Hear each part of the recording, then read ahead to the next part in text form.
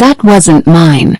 The roar in the hall pressed against my eardrums, but all I could hear was the thud of my pulse. Camera flashes burst like summer lightning as every gaze funneled toward the woman standing center stage, cradling my creation like it had sprung from her hands. Kira Lattimore basked in the glare of the Aurora Innovators Prize, the biggest moment of the new Vanguard Gala, one night when unknown talents could vault into legend. She stood cool and collected beneath the rigged lights while a model floated past in a piece I knew stitch for stitch. The applause rose like steam, my stomach dropped. I kept my knees locked, jaw tight. I refused to collapse in front of them. That design was mine. Every seam, every hidden channel, every line of code sewn into fabric like music. They called Kira's name again and crowned her the cycle's Visionary of the Year. The room erupted. I tasted metal. I should have been on that stage. Instead I stood in the shadow of my own work and felt something inside me go very, very still. To explain how I reached that moment, how my closest friend stripped me bare, I have to rewind.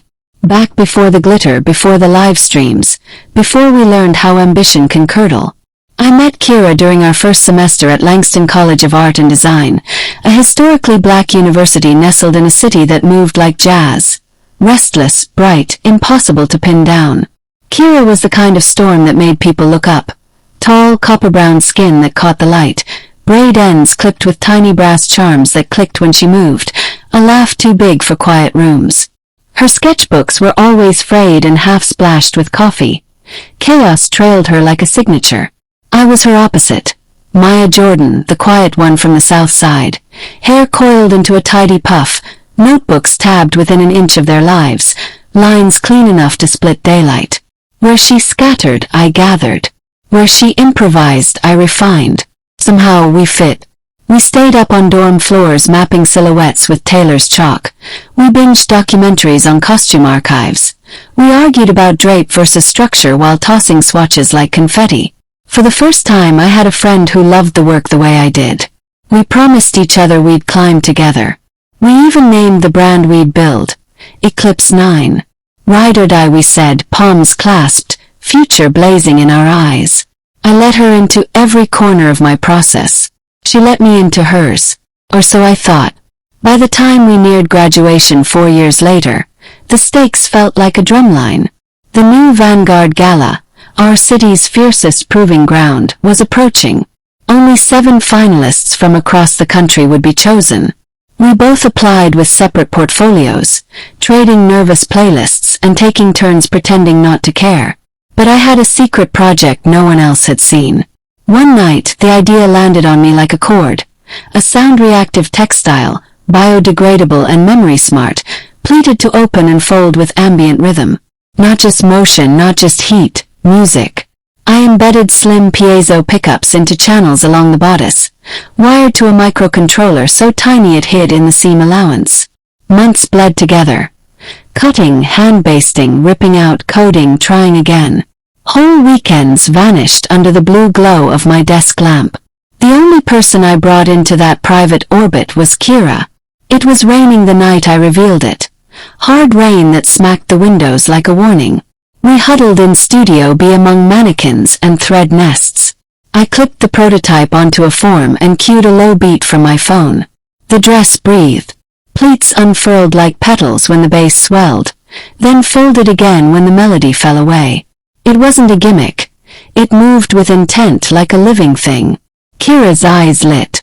"Maya, this is wild," she whispered, fingertips hovering near the fabric. "You have to submit this." "I'm serious." "You're the only one who's seen it," I said, something like sunlight rising in my chest. She pulled me into a hug that smelled like bergamot and machine oil. "I'm proud of you," she murmured. 10 days later, she stopped returning my texts. I told myself she was buried in her own collection. I was buried in mine. But a thin, cold line drew itself through my gut. Then the finalist list dropped. One name from Langston made it through. Worse, I forced a smile from my classmates. Maybe she'd built something extraordinary. I swallowed the darker thoughts scratching at my ribs, right up until she posted a blurry backstage snap, a model wearing a dress whose bones looked like mine. called it coincidence. I clung to that word as if it could save me. The night of the gala ripped the lie clean. Under a shower of lights, her model took the runway. The textile flared and folded on cue to the score. My score. Mapping sound to motion precisely where I had solved the problem weeks before. People gasped. Judges leaned forward. Kira smiled like the room belonged to her. I left before the champagne. In the marble corridor my heels sounded like gunshots. Outside, the rain had blown past, leaving the air snapped clean. Applause ricocheted inside the venue behind me. I pressed my tongue to the roof of my mouth to keep it from trembling. At home I peeled off my dress, sat on the kitchen floor, and let the silence find me. No tears. Not yet. Tears are for when it's over. I opened my laptop and started digging. Prototype logs, version control timestamps, hand-sketched schematics photographed beside my battered tape measure, late-night videos of the dress learning how to breathe to a vinyl groove. I pulled receipts for the tiny controller I ordered from a maker in Oakland. I reopened the private blog where I'd written in code about experiments with sound curves, back when nobody but a handful of trusted eyes even knew I was trying. If Kira wanted the spotlight, she could have it for now. I wanted the record. But a second truth surfaced as I compared her catwalk clips to my notes. She had copied the shell and missed the soul. Her pleats snapped with the beat instead of anticipating it. The fabric sagged where mine lifted. Her integration jittered. A 5-frame lag you couldn't unsee once you caught it. She didn't understand the conversation between cloth and sound. She'd memorized a script without knowing the language. And that gave me a plan. I booked time with Professor Etta Colson, the sharpest mind in our department, the kind of black woman whose very posture makes liars sit up straight. Professor Colson didn't suffer gossip or theatrics, but she could smell a truth drifting through smoke. I laid everything on her table. Hard drives, notebooks, swatches, the microcontroller spec sheet, even the first failed pleat strip that still smelled faintly of scorched satin. Then, in the hush of her office, I demonstrated. The fabric listened to my snapped fingers and sighed open as if it exhaled on command. Professor Colson watched, expression unreadable. "You engineered this?" she asked at length. "Yes, ma'am." She leaned back, steepled her fingers, and let a long second pass. "Then you'll let me handle the next steps." I didn't understand her angle until an announcement appeared from the gala committee a couple of days later. An internal review had been opened into design integrity concerns, tied to the winning piece. My name wasn't mentioned. Neither was Kira's. The room on the internet, however, started to tilt. Kira, meanwhile, was everywhere. Front pages, podcasts, glossy features. She DM'd me one smug line. "No shade, just business." My hand shook. I typed back. "Enjoy the moment. Clocks keep time." But I didn't plan to wait for any clock. I began assembling the story end to end. Voice notes where she'd asked me how the sound knows where to go. Old clips from our shared studio where she hovered by my soldering iron pretending not to watch. Emails with a consultant who helped me smooth the signal. Time-stamped posts from my locked journal describing the first night the pleats opened to a trumpet line and made me cry from relief. Evidence is a loom. I was weaving. 2 days after my meeting with Professor Colson, the rumor mill started humming through campus like a live wire. The gala committee hadn't dropped names, but Langston was small, and people connected dots faster than gossip could breathe. Meanwhile, Kira was living her best public life. Magazines splashed her face across their digital covers, her curls haloed by studio light. She gave interviews talking about her vision of merging art and technology to reflect modern rhythm. Made my skin crawl. Then came her message. "Hope there's no bad blood. Business is business." My jaw locked so tight it hurt. I typed back. "Your 15 minutes are ticking." But I knew words weren't enough. I needed the truth to stand on its own. I gathered everything I could find. Photos, sketches, chat logs, even snippets of video where she hovered in the background as I explained my prototype to classmates. There was one clip, grainy but clear enough, where she laughed and said, "Girl, I could never think of stuff like that. You're the brain, I'm just the vibe." 3 months later, she was cashing in on my vibe. Professor Coulson connected me with a Langston alum who now specialized in intellectual property law. A sharp black woman named Tanya Reid, who wore all black suits and spoke like she carved her sentences with a blade. "Don't worry about drama," Tanya said. "Worry about documentation. The law doesn't care about feelings. It cares about proof." Proof was something I had in abundance. As the gala investigation dragged on, the internet began doing what it does best. Digging. Threads popped up comparing my old blog posts to Kira's winning design. People noticed the symmetry, the timing, the uncanny overlap. A few anonymous profiles started whispering about other incidents. Classmates she'd borrowed from. Projects that looked eerily familiar. I stayed silent. I didn't post, didn't rant, didn't defend myself online. I just waited. Silence, I learned, could be louder than outrage. Then one night a message appeared in my inbox. From Malia Johnson, a girl who dropped out during sophomore year after Kira accused her of copying an accessory line. Subject: "She did it to me too." Her note was short. "I didn't have proof back then, but I believe you. If you're fighting this, I'll help however I can." And just like that, it wasn't just my battle anymore. Malia introduced me to Taryn, another former design partner Kira had pushed out during a regional contest. Their story matched mine. Credit taken, trust broken, silence demanded. The pattern stretched years deep. I compiled their testimonies, screenshots, dated sketches. Each detail was another stitch tightening the seam of truth. Then came an email from Sandra West, editor at Threadline Journal, one of the most respected digital voices in fashion tech. "I've been hearing whispers from inside Langston," she wrote. "If you're willing to talk, I'll listen." I read the message 3 times. She wasn't offering pity or exposure. She was offering a record. We met that Friday in a tiny cafe downtown. All brick walls and low jazz. Sandra wore box braids pinned high and a gray trench that made her look like she'd seen too many lies to fall for another. "I'm not trying to destroy anyone," I told her.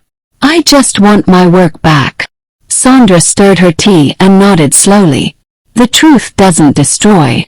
It reveals. Sometimes that's enough." We talked for hours.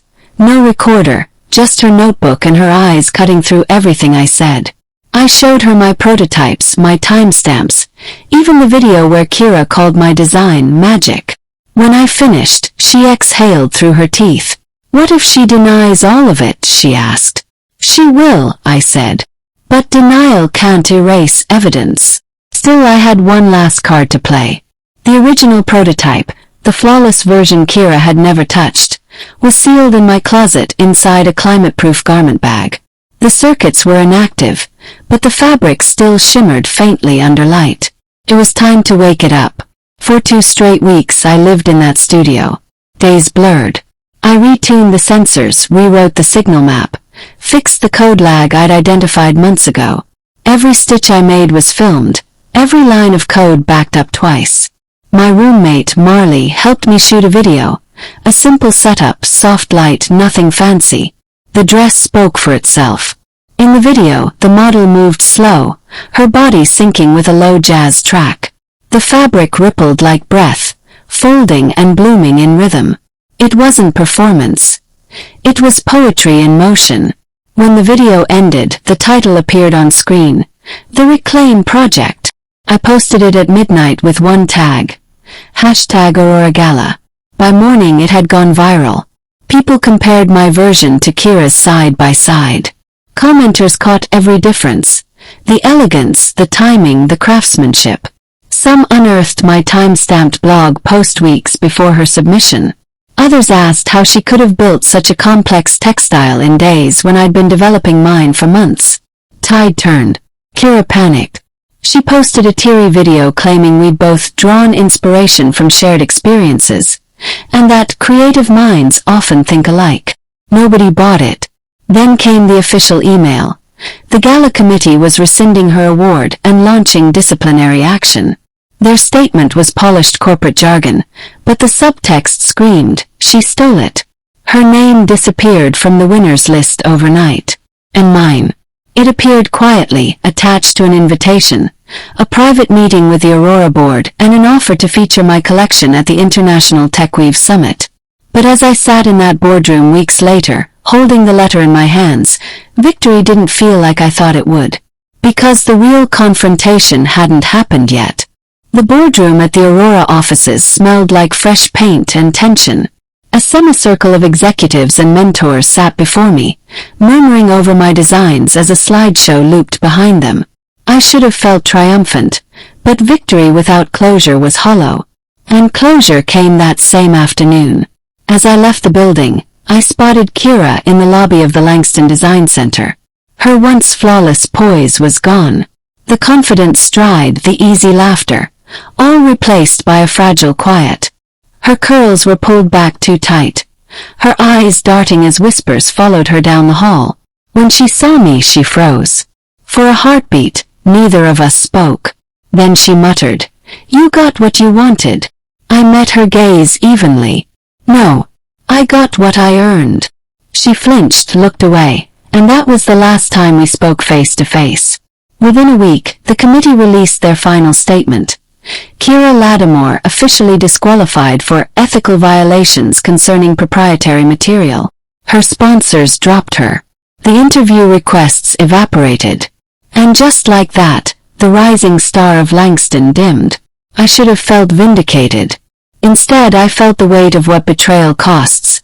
Not just the betrayed, but the betrayer too. The fallout came with strange side effects. My inbox overflowed with collaboration offers, interviews, invitations to panels. Threadline published Sandra West's article, "The Girl Who Reprogrammed Fabric," and overnight, people began treating me differently, like a symbol rather than a person. Professors who once brushed past me now stopped mid-stride to shake my hand. Students whispered when I walked by, not with pity this time, but with awe. Should have been empowering. But instead it made me restless. Because with every headline that praised me, I heard a question hiding underneath. What will she do next? I started waking up before dawn, haunted by sketches that didn't make sense, pages of prototypes that refused to breathe life. The more I tried to recreate my old magic, the more it slipped through my fingers. Inspiration had become performance. Then the letters started. At first, I thought they were from fans. Plain envelopes, slipped under my apartment door, neatly typed on white paper. But the words were too personal. Designs can be stolen. Souls cannot. What she took was surface. What you lost was deeper. She still watches you. Each was signed only with the letter N. I ignored the first few. Then one appeared inside my locker, locked, tucked in the back corner of the design wing where only faculty and students had access. Be careful what you leave behind. Mirrors remember. That one chilled me. I went back to the old studio that night, the same place where Kira and I had shared midnight coffee and unfiltered dreams before competition poisoned everything. The door creaked as I pushed it open. Dust drifted through the air like ghosts of unfinished projects. I traced the familiar space, the work tables, the scraps of silk pinned to the walls. And then I saw it. Faint handwriting beneath a smear of old marker on the whiteboard. Eclipse 9, ride or die always. The words we'd written freshman year, carved into that wall like a promise we both broke. I stared at it until the lines blurred. I should have felt anger, but what I felt instead was sorrow. Sorrow for what she'd destroyed, and for what I'd let her destroy in me. Kira hadn't just stolen my work. She'd lost herself trying to become someone else. When I got home, another letter waited on my doorstep. No riddles this time, just a photo. Kira sitting alone in a diner booth. Sketchbook closed, coffee untouched. On the back, the same neat font read, "Sometimes the fallen watch the stars, hoping they'll fall too." I didn't know who N was, or why they were watching either of us. But I was done living in the shadow of that story. That night, I locked myself in the studio and started from scratch. No sensors, no code, just fabric and thread. I stitched without expectation, without the need to impress. The piece that took shape wasn't about technology, it was about truth. The lining bore hand-embroidered names. Every woman I knew who'd been silenced, erased, or overlooked. Kira's name was there too. I called the collection Echoes of Her. When I unveiled it at the TechWeave Summit, the room went silent. Not the uncomfortable kind, but the reverent kind that means the story reached the heart before the mind could catch up. For the first time, they didn't just see innovation. They saw me. And for the first time I felt peace. But peace, I learned, never lasts long. Peace, as it turned out, was fleeting. After the TechWeave Summit, the applause faded, but the expectations grew teeth. My inbox overflowed with offers, sponsorships, and interviews. Everyone wanted to know what I'd create next. As if brilliance were a switch I could flip on command. Sandra West's article painted me as a visionary redefining innovation through integrity. It was beautiful but heavy. People didn't see Maya Jordan anymore. They saw the girl who fought back and won. And with every invitation that came, I felt that version of me. The strong, composed, untouchable one, tightening around my chest like a corset. I started sleeping less. My nights filled with phantom sketches and restless pacing. I'd wake at 3 a.m., mind spinning with shapes that wouldn't settle. Each time I touched fabric, my hands trembled with the weight of what came before. Then one morning I received a letter unlike the rest. It wasn't slipped under my door this time. It was placed gently inside my sketchbook at the studio. Your silence isn't peace, it's pause. Creation will call again when you're ready. N. For reasons I couldn't explain, I didn't feel watched. I felt understood. I turned off my phone, shut down my socials, and disappeared for a few weeks. The world moved on without me, but that quiet space was what I needed. In that stillness, I remembered why I started designing, not to prove I could, but because it was how I told the truth when words failed. When I resurfaced, I learned that Echoes of Her had been selected for an international exhibit on fashion as narrative art. Berlin, then Tokyo, then Sao Paulo. Each gallery displayed the piece as a living story, the embroidery of names glowing softly under warm light. People stood before it for minutes, sometimes hours. Messages poured in from women all over the world.